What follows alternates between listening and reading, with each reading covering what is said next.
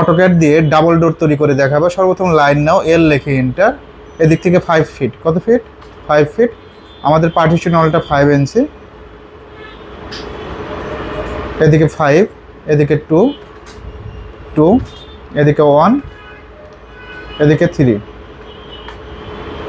ওকে, এখন জুম করে কাজ করো। 7 ফিটের লাইন নাও দুটা,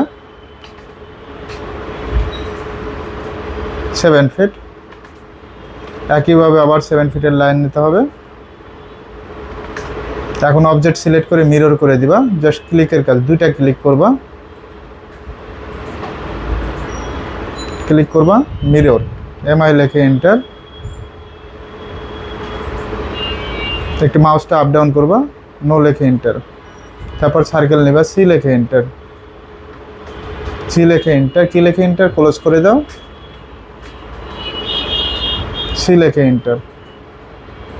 এই পয়েন্ট থেকে এই পয়েন্ট, মিড পয়েন্টে ক্লিক করবা, একইভাবে আবার এন্টার দেবা। এই পয়েন্ট থেকে এই পয়েন্ট,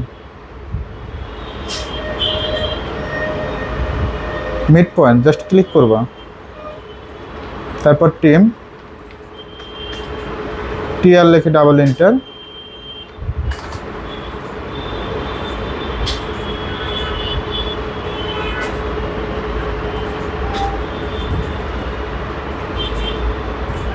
এভাবে চাইলে খুব সহজে ডাবল ডোর তৈরি করতে পারবা।